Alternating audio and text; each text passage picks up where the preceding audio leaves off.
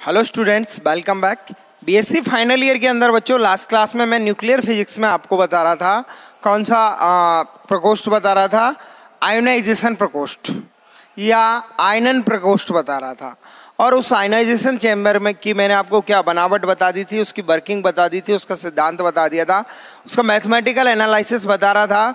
और उस mathematical analysis में गणितीय विश्लेषण में मैंने आपको बताया था कि जैसे ही कोई आयनकारी कण उस जो धात्विक बेलनाकार नली है, ट्यूब है या जो पात्र है उसमें से गुजरता है, जिसमें कि सामान्य दाब पर हाइड्रोजन आदि गैस भरी होती है, उसमें से गुजरता है, तो वो क्या कर देता है, उसमें उस भरी हुई गैस का आयनन कर देता है।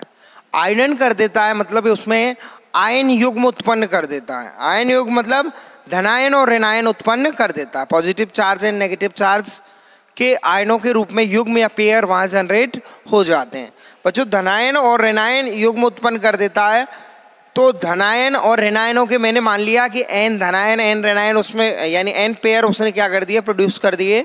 जैसे ही वो गुजरा तो उसके अक्ष के अनुदिश या जिस पथ से गुजरा तो उस पथ के अनुदिश वो क्या जनरेट करेगा, उस भरी हुई गैस का आयनीकरण करेगा। आयनाइजेशन से पॉजिटिव चार्ज और नेगेटिव चार्ज के पेयर जनरेट होंगे। उसमें मैंने माना कि एन धनायन है एन ऋणायन है।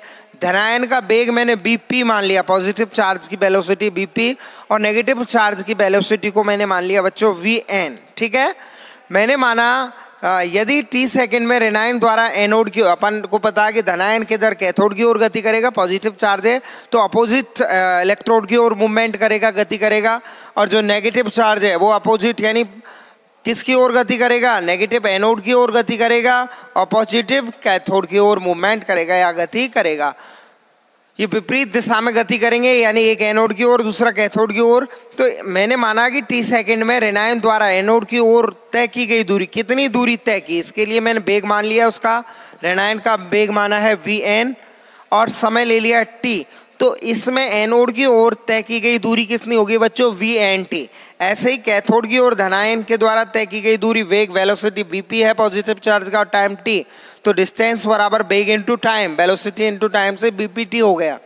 ठीक है, प्रारंभ में आरोपित वोल्टता अपन ने V0 मानी, उसके लिए जो ऊर्जा थी मैंने संरक्षित ऊर्जा वो हाफ सी V0 स्क्वायर के बराबर ली अपन ने। इसके बाद मैंने टी सेकंड में बैटरी द्वारा नेगेटिव चार्ज पर किया गया कार्य और पॉजिटिव चार्ज पर किया गया कार्य निकाला। कार्य बराबर बल गुना दूरी, F बराबर QE और Q बराबर NE, इससे निकाला। तो इससे कार्य बराबर नेगेटिव चार्ज पर किया गया कार्य बराबर बल गुना दूरी, ये मैंने निकाल लिया। ठीक है, ऐसे पॉजिटिव चार्ज पर किया गया कार्य NEE VT, ये भी मैंने निकाल लिया। यहाँ तक अपन ने कर लिया था, यहाँ तक मैंने आपको लास्ट क्लास में ये बता दिया था। अब इसमें क्या है बच्चों, कार्य करने के लिए बैटरी की वोल्टता में क्या होगी, कम बच्चों कमी आती है। कार्य करने के लिए बैटरी की वोल्टता में कमी आती है। माना कि बैटरी की वोल्टता इस कार्य को करने में V0 से घटकर कितनी रह गई बच्चों, V रह गई।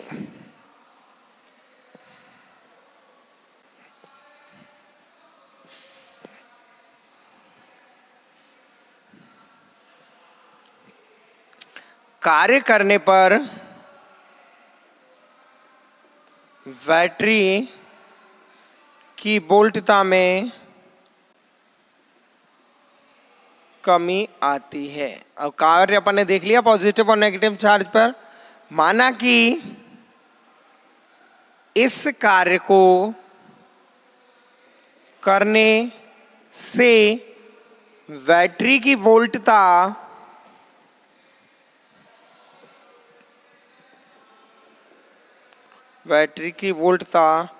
V0 से घटकर कितनी रह जाती है बच्चों, V रह जाती है।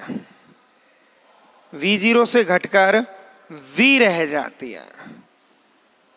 कार्य करने से वोल्टता में कमी आएगी और माना कि ये बैटरी की वोल्टता V0 से घटकर कितनी रह गई, अब V0 से वोल्टता घटकर अब B रह गई है। अतः इस स्थिति में संग्रहित ऊर्जा हाफ CV0 स्क्वायर से घटकर कितनी रह जाएगी बच्चों, V0 के कारण संग्रहित ऊर्जा हाफ CV0 स्क्वायर थी, तो B के कारण घटकर कितनी हाफ CV स्क्वायर रह जाएगी। अतः इस स्थिति में ऊर्जा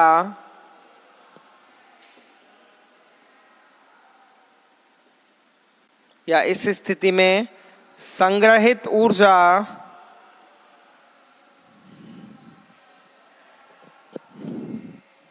हाफ CV0 स्क्वायर से घटकर कितनी रह जाएगी बच्चों? हाफ CV स्क्वायर रह जाएगी। जब कार्य करने से इसकी वोल्टता V0 से घटकर V रह गई तो वोल्टता V0 के कारण जो ऊर्जा थी इसमें वैद्युत ऊर्जा थी हाफ CV0 स्क्वायर, वो अब वोल्टता V रह गई, जिसके कारण कितनी रह जाएगी? हाफ CV स्क्वायर रह जाएगी। अतः ऊर्जा संरक्षण से अपन क्या लिख सकते हैं बच्चों? अतः ऊर्जा संरक्षण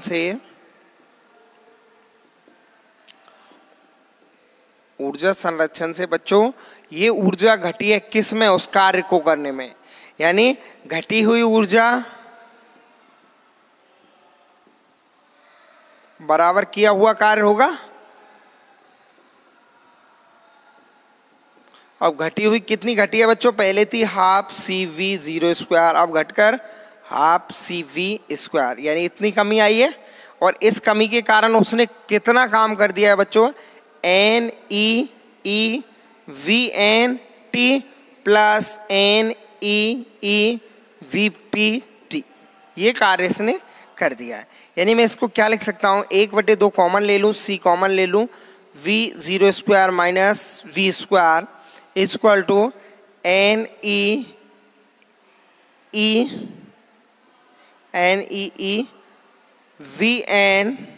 प्लस BP इंटू T हो गया बच्चों। 1/2 CV square minus V square या 1/2 C इंटू V0 स्क्वायर या V0 square minus V square बराबर NEEVN plus BP। NEET common आ गया, BN प्लस BP, ठीक है। अब यहाँ बच्चों A square minus B square वाला फॉर्मूला लग जाएगा यहाँ पर, तो इससे अपन इसको क्या लिख सकते हैं? इसे लिख सकते हैं 1/2 C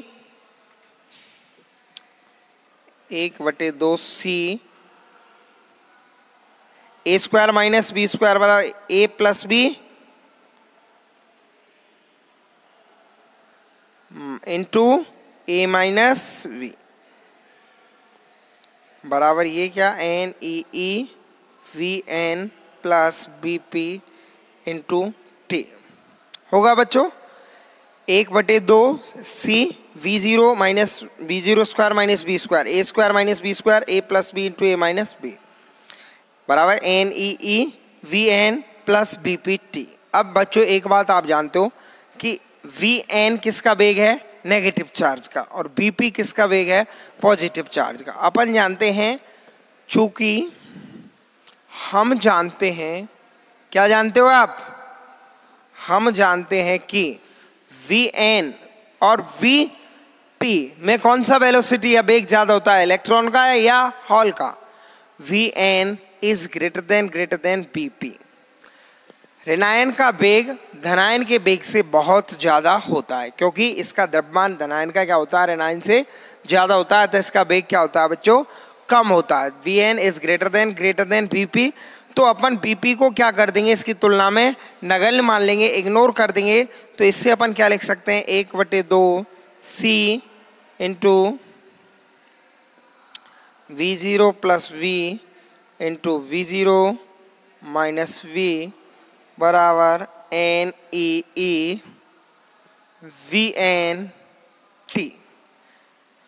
1/2 C into V0 minus V into V0 plus V बराबर NEE इंटू VNT, ये लिख सकते हैं बच्चों।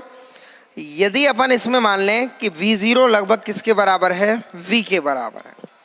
V0 जो अपन ने आरोपित वोल्टता है वो घटकर कितनी रह गई? V के बराबर, यानी कमी भी V के बराबर ही हुई।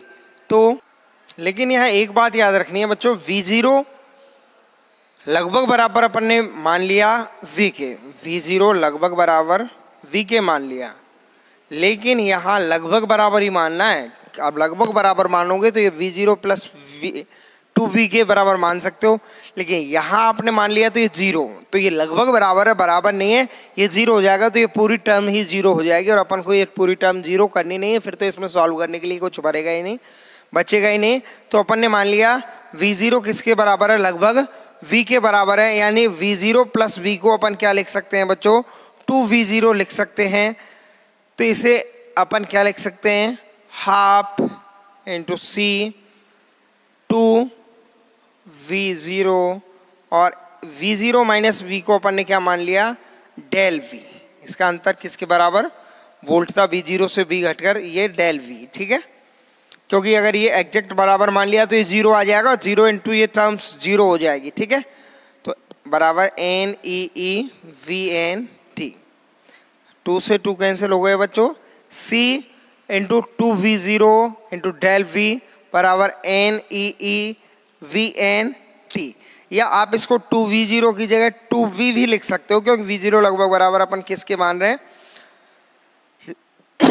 2v0 या v0 लगभग बराबर b के मान रहे हैं, ठीक है। तो यहाँ पर आप देखोगे बच्चों n e into v n into t, और अपन जानते हैं बच्चों कि v बराबर क्या होता है, ई डी होता है या नहीं होता है, v बराबर ई डी होता है। इसको आप क्या लिख सकते हो, 2v0, अगर v बराबर v0 या v0 बराबर v मान लो तो 2v भी लिख सकते हो, कोई भी लिख लो, कोई दिक्कत नहीं है, बोल्ड था, ठीक है, डेल v। अब यहाँ e इंटू ये वाली क्या है, वी एन टी क्या है, डिस्टेंस ही तो है, चली गई दूरी, यानी ये क्या बच गया, सी वी डेल v बराबर एन ई ई, देखना एन ई ई, और ये वी एन टी को मैं लिख रहा हूं बच्चों डी, और ये E इंटू डी किसके बराबर होगा, V के बराबर होगा। E इंटू डी किसके बराबर हो गया, V के बराबर हो गया, तो सी वी डेल V बराबर एन ई वी, और V से V क्या हो गया बच्चों, कैंसिल। तो C इंटू डेल B बराबर क्या बच गया, एन ई बच गया, C इंटू डेल V बराबर एन ई। तो इससे डेल V बराबर क्या लिख सकते हैं अपन, डेल V बराबर एन ई अपॉन सी, डेल V बराबर क्या हो गया, इससे एन ई अपॉन सी हो गया। उपरोक्त सूत्र की सहायता से आयनन के फलस्वरूप उत्पन्न आयन युग्मों की संख्या को अपन ज्ञात कर सकते हैं। कितने आयन हुए ये अपन जनरेट कर सकते हैं, ये अपन ज्ञात कर सकते हैं, एन का मान इस सूत्र से अपन ज्ञात कर सकते हैं, ठीक है। डेल भी अपन को यहाँ पर पता है, ई पता है आपको, सी का मान पता है, ठीक है। तो इस स्थिति में अपन क्या कर सकते हैं, इसकी सहायता से, उपरोक्त सूत्र की सहायता से आयन के फलस्वरूप उत्पन्न आयन युग्मों की संख्या को अपन ज्ञात कर सकते हैं। और ये आयन युग्म जब गति करेंगे तो इससे धारा प्रवाहित होगी, ठीक है। और अपन वोल्टता और धारा के मध्य अपन ने क्या, जो आयनन क्षेत्र है वो प्राप्त कर लिया था। इस स्थिति में आयनन क्षेत्र मैंने आपको पहले ही शॉर्ट में बता दिया। तो और इसमें आयनन क्षेत्र में जो आपका डिटेक्टर कार्य करेगा वो कौन सा डिटेक्टर होगा बच्चों, आयनन क्षेत्र में कार्य करने वाला डिटेक्टर आयनन प्रकोष्ठ होता है। आयनन प्रकोष्ठ की मैंने आपको क्या बनावट बताई दी है, आयनन प्रकोष्ठ की बनावट क्या होती है, और इसके अलावा मैंने आपको बता दिया है इसकी कार्यविधि, इसका सिद्धांत और इसका मैथमेटिकल एनालिसिस, ठीक है। तो ये है आपका क्या, ये आपका है आयनन प्रकोष्ठ। इसके बाद अपन दूसरा डिटेक्टर स्टार्ट करते हैं। दूसरा है आपका आयनन के बाद इसमें आता है आपका आनुपातिक गणित्र, प्रोपोर्शनल काउंटर। देखिए आनुपातिक गणित्र क्या होता है।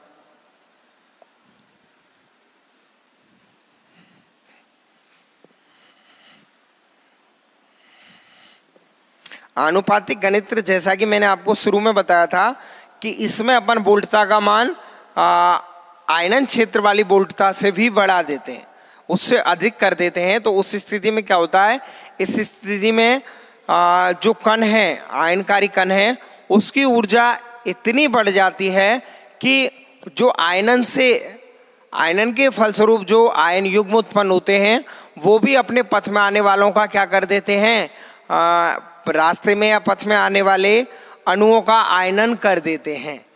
तो इसे कहते हैं अपन आनुपातिक गणित।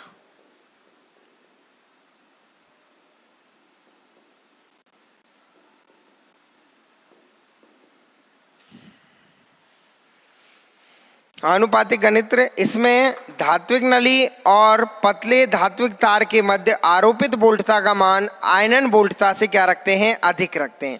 और बच्चों आयनन जो चैम्बर था, आयनाइजेशन चैम्बर, उसमें अपन ने वोल्टता का मान कितना लिया था, उसमें अपन ने वोल्टता का मान लिया था 100 से 200 वोल्ट। तो इसमें वोल्टता का मान 200 वोल्ट से अधिक होता है, यानी इसमें आरोपित वोल्टता का मान कितना लेते हैं, जनरली इसमें आरोपित वोल्टता का मान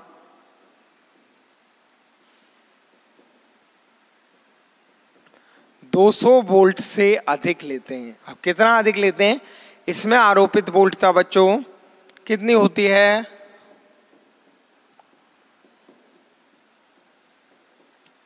200 वोल्ट से 800 वोल्ट के मध्य रखी जाती है। यानी इसमें एनोड और कैथोड, एनोड क्या, एक तो होगा उसमें कैथोड, कैथोड क्या होगी, बेलनाकार धात्विक नली, और एनोड क्या होगा, उसके अक्ष के अनुदिश लगा महीन धात्विक तार। बेलनाकार धात्विक नली किसका कार्य करती है बच्चों, कैथोड का, तथा इसके अक्ष के अनुदेश लगे महीन धात्विक तार किसका कार्य करता है बच्चों, ये कैथोड का। बेलनाकार धात्विक नली तथा इसके अक्ष के अनुदेश, इसके अक्ष के अनुदेश लगे महीन धात्विक तार कैथोड के मध्य आरोपित वोल्टता कितनी रखते हैं, 200 वोल्ट से अधिक या 200 वोल्ट से 800 वोल्ट के मध्य रखी जाती है।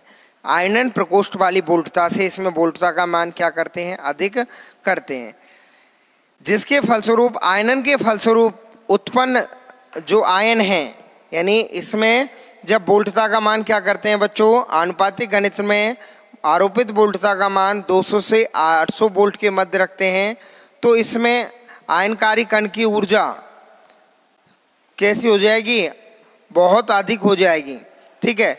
और इस स्थिति में क्या होगा, जब आयनकारी कण की ऊर्जा बहुत कम, जैसे कुछ किलो इलेक्ट्रॉन वोल्ट के बीटा कण हों, तो उनका संसूचन आयनन कोष के द्वारा नहीं होता है, क्योंकि प्रतिरोध R के सिरों पर उत्पन्न होने वाली वोल्टता का स्पंद मान माइक्रो वोल्ट में होता है। अतः आरोपित वोल्टता के मान में वृद्धि करके आनुपातिक गणित क्षेत्र में ऐसे कणों का संसूचन किया जा सकता है। इसमें क्या होता है, आरोपित वोल्टता का मान अधिक कर देते हैं, 200 वोल्ट से 800 वोल्ट तक कर देते हैं, और इतनी जब अपन वोल्टता बढ़ा देते हैं तो आयनन के फलस्वरूप उत्पन्न इलेक्ट्रॉन इतनी ऊर्जा प्राप्त कर लेते हैं, या जो उत्पन्न आयन है इतनी वोल्टता आरोपित करने पर 200 से 800 वोल्ट वोल्टता आरोपित करने पर उत्पन्न कैसे उत्पन्न होंगे, जैसे आयनकारी पथ गुजरेगा, आयनकारी कण गुजरेगा, तो उसके अक्ष के अनुदेश या उसके पथ के अनुदेश क्या होंगे बच्चों, आयन उत्पन्न होंगे। उन आयनों की ऊर्जा इतनी अधिक हो जाती है कि उसके आयनन से जो आयन उत्पन्न हो रहे हैं, जो आयनन से अलग धनायन और ऋणायन जो उत्पन्न हो रहे हैं, वो खुद भी आगे आयनन करने में सक्षम होते हैं। यानी कह सकते हैं अपन कि आयनन के फलस्वरूप उत्पन्न इलेक्ट्रॉन इतनी ऊर्जा प्राप्त कर लेते हैं कि वे स्वयं गैस का क्या कर सकते हैं, आयनीकरण कर सकते हैं, जिससे गैस में धनायन और ऋणायन उत्पन्न होते हैं। इतनी वोल्टता आरोपित करने पर क्या हुआ, आयनन से उत्पन्न इलेक्ट्रॉन की ऊर्जा इतनी अधिक हो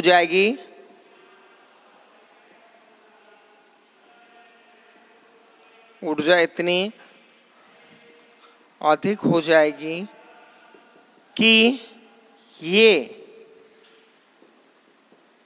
गैस का क्या कर सकते हैं, गैस का आयनीकरण कर सकते हैं, आयनीकरण कर सकते हैं। यानी मैं कह रहा हूं कि जैसे आयनकारी पथ कण गुजरा, इसने क्या किया, अपने पथ के अनुदेश धनायन और ऋणायन उत्पन्न किए। अब अपन ने वोल्टता का मान बढ़ा दिया, तो ये जो धनायन और ऋणायन उत्पन्न हुए बच्चों, इनकी भी ऊर्जा इतनी ज्यादा हो जाएगी। पहले तो वो कण ही केवल आयनन कर रहा था, अब ये जो धनायन और ऋणायन उत्पन्न हो रहे हैं ना, ये स्वयं भी गैस का क्या करते जाएंगे, आयनन करते जाएंगे। जिससे क्या होगा, इसमें बच्चों गुणन के रूप में आयनन होगा। कैसे होगा गुणन के रूप में, जैसे जो पथ से पहले कण गुजरा उसने 4 इलेक्ट्रॉन और 4 प्रोटॉन, धनायन और 4 ऋणायन गैस का आयनन किया। अब ये 4 भी तो करेंगे, प्रत्येक ये जो एक गुजरा, ये 4 भी धनायन और ऋणायन, ये भी धनायन और ऋणायन, तो ये गुणन के रूप में होगी या नहीं प्रक्रिया, गुणा के रूप में प्रक्रिया होगी या नहीं, तो ये क्या गुणन फैक्टर कहलाता है। ठीक है, यानी गैस में धनायन व ऋणायन उत्पन्न होंगे। किससे, जो ये इलेक्ट्रॉन हैं ये स्वयं गैस का आयनीकरण कर सकते हैं, जिससे गैस में धनायन और ऋणायन उत्पन्न होंगे। इस घटना को क्या कहते हैं, गैस गुणन की घटना कहते हैं। गैस गुणन के फलस्वरूप उत्पन्न धनायन व ऋणायन की संख्या प्राथमिक आयनों के या प्राथमिक आयनन के समानुपाती होती है। ये गैस का आयनीकरण कर सकते हैं, जिससे अर्थात क्या होंगे बच्चों, धनायन व ऋणायन उत्पन्न होंगे। और यानी ये जो खुद आयनन से धनायन और ऋणायन थे, उन्होंने भी आगे आयनन कर दिया, धनायन व ऋणायन उत्पन्न कर दिए। तो ये घटना क्या कहलाएगी बच्चों, गैस गुणन की घटना। यह गुणन फैक्टर, गुणन गुणांक कहलाता है। ठीक है, इसे गैस गुणन की घटना कहते हैं। और ये बच्चों गैस गुणन की घटना है। इस गैस गुणन की घटना में अपन ने देखा कि गैस गुणन के फलस्वरूप उत्पन्न धनायन व ऋणायनों की संख्या किसके समानुपाती होगी, गैस गुणन की प्रक्रिया में या घटना में उत्पन्न धनायन व ऋणायनों की संख्या किस पर निर्भर करेगी बच्चों, प्राथमिक आयनन से जितने धनायन है जितने ऋणायन हुए वही तो आगे कर रहे हैं गैस गुणन के द्वारा। तो ये होगी संख्या प्राथमिक आयनन के समानुपाती होती है।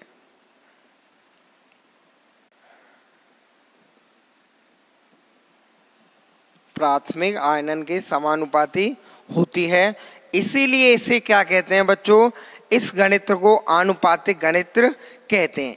इसलिए इस क्षेत्र को आनुपातिक क्षेत्र और इस क्षेत्र में कार्य करने वाले जो गणित्र है उसे क्या कहते हैं, आनुपातिक गणित्र कहते हैं। ठीक है, प्रोपोर्शनल काउंटर कहते हैं। एक बार फिर मैं बता दूं आपको प्रोपोर्शनल काउंटर क्या है, इसकी बनावट बताएंगे। उससे पहले आपको बता दूं कि प्रोपोर्शनल काउंटर होता क्या है। देखिए, सबसे पहली जो आपका आयनन क्षेत्र है, जिसमें कि आपने आयनन प्रकोष्ठ डिटेक्टर पढ़ा, उसमें 100 से 200 वोल्ट वोल्टता आरोपित करते हैं।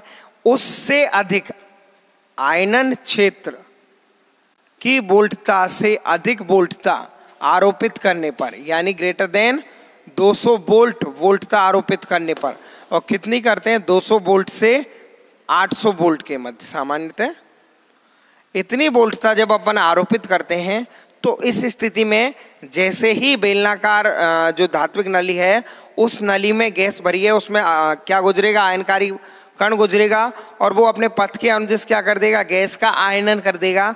उस गैस के आयनन से धनायन और ऋणायन उत्पन्न हो जाएंगे बच्चों। उस पथ के अनुदिश धनायन और ऋणायन उत्पन्न हो गए, लेकिन इस आरोपित वोल्टता का मान जब 200 से 800 वोल्ट है, तो इतनी वोल्टता होने पर क्या होगा बच्चों, ऊर्जा इतनी बढ़ जाएगी, इन जो उत्पन्न हुए धनायन और ऋणायन है इनकी ऊर्जा भी इतनी बढ़ जाती है कि ये स्वयं भी गैस का क्या कर सकते हैं, आयनन करते हैं। या कर सकते हैं, कर सकते हैं तो ये आयनन करते हैं, तो ये आयनन करते हैं तो आगे ये भी क्या करते हैं, गैस से धनायन और ऋणायन युग्म उत्पन्न करते हैं। ठीक है, यानी प्राथमिक आयनन से जो आयन उत्पन्न हुए हैं उन आयनों की ऊर्जा इतनी बढ़ जाती है कि वे स्वयं गैस का क्या कर सकते हैं, आयनन कर सकते हैं।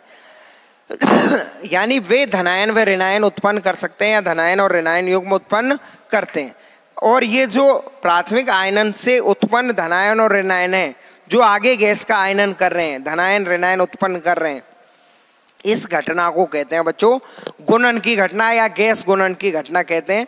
और ये गैस गुणन की घटना यहाँ आप देखोगे कि प्राथमिक आयनन सबसे पहले गैस में से जैसे ही आयनकारी कण गुजरा तो इसमें से धनायन और ऋणायन अपने पथ के अनुदिश इसने धनायन और ऋणायन उत्पन्न किए, ये कहलाता है प्राथमिक आयन, प्राथमिक आयनन।